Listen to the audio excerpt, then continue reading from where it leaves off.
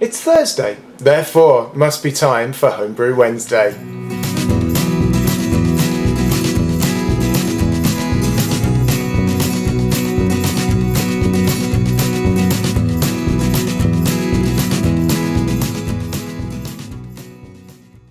Hey everyone, it's the Peanut here from the Peanut Brewery. I hope that this finds you well and having a great Homebrew Wednesday, Thursday midweek drink.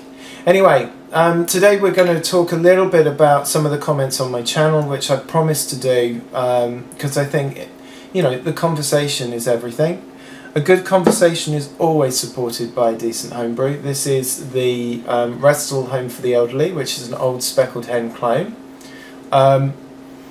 As with most of the homebrews that I seem to do, it gets far better with age, and this was done for the June barbecue, and I think it's starting to come into its own now, and that's 3 months later.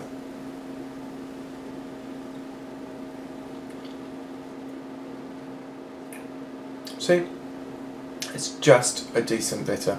I like that. So anyway, last week you saw the inaugural tasting of the Kent Reminiscing 2, and I've got to say thank you to Jeff Stratford, who suggested that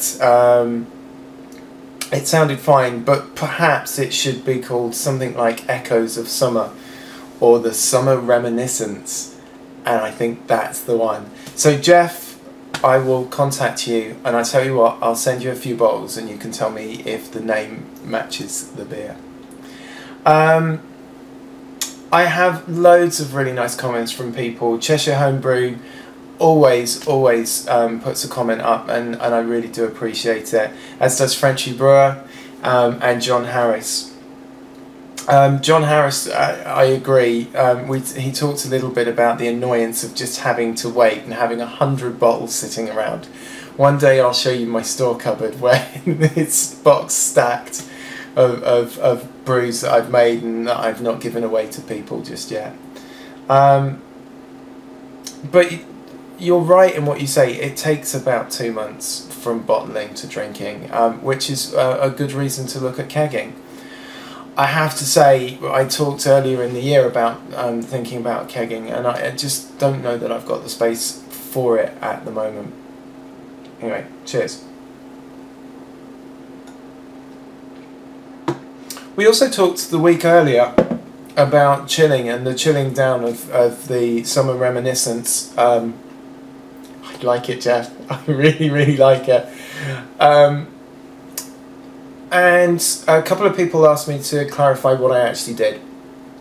And so what I did was I have two aluminium brew pots, one that's 20 litres and one that's about 15 litres. So I split my wort between the two, boil in both, and if you go back you'll see the videos for that. And then I sit them in the bath, as if you watch the Kent Smash, you'll see that I did some chilling there. And then this time I had 6 PET bottles, the 500ml PET bottles. Put them in the freezer with 3/4 water, froze them solid. Took them out on the brew day 5 minutes after the brew had finished brewing. Sanitized them with a squirty bottle. So squirty bottle that sanitised them, so they had a little bit of sanitizer on them, and literally just chucked them into the wort. Took the Summer Reminiscence down in half an hour, which is really impressive for me, because normally when I put them in a bath, I normally have to fill the bath about 4 times, and it normally takes about 3 hours to chill down to about 20 degrees. It took half an hour. And I honestly think that the clarity of the sample was due to that quick chilling. So I'm quite pleased with that, and I'm going to try it again.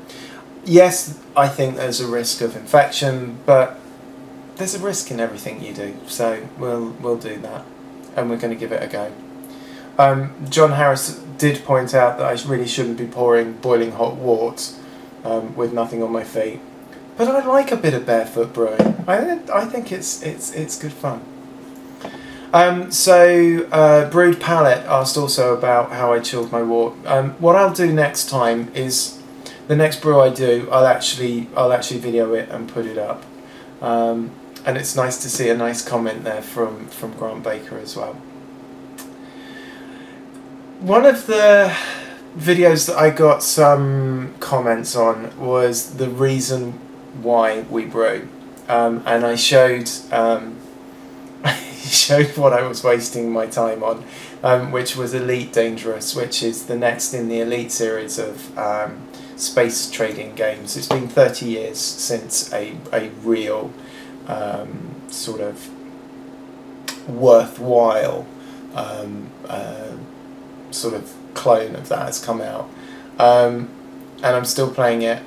People were asking about it. If you go to if you search, Google search Elite Dangerous, it will be there, and I promise you it will take you back to your teenage years. It has me, but I've also then started paying out for joysticks and all sorts of things, which is absolutely ridiculous. Anyway, this one was never going to be a particularly long one. I wanted to end on a very quick story. A friend of a friend has been emailing me because he's done his first kit. He's done it with a hop bag. I think it's a soak that they put in.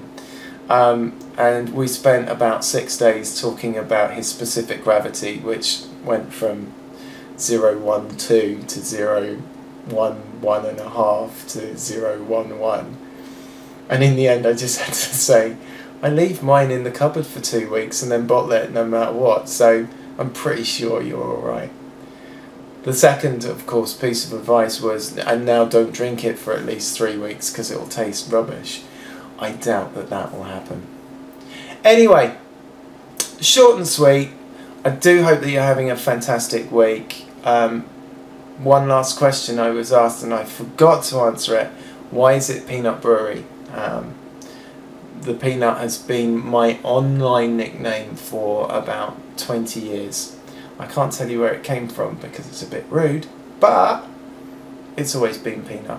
So it seems sensible that the brewery should be called Peanut Brewery. Wishing you a really great Homebrew Wednesday, and we'll speak again next week. Ta-ra.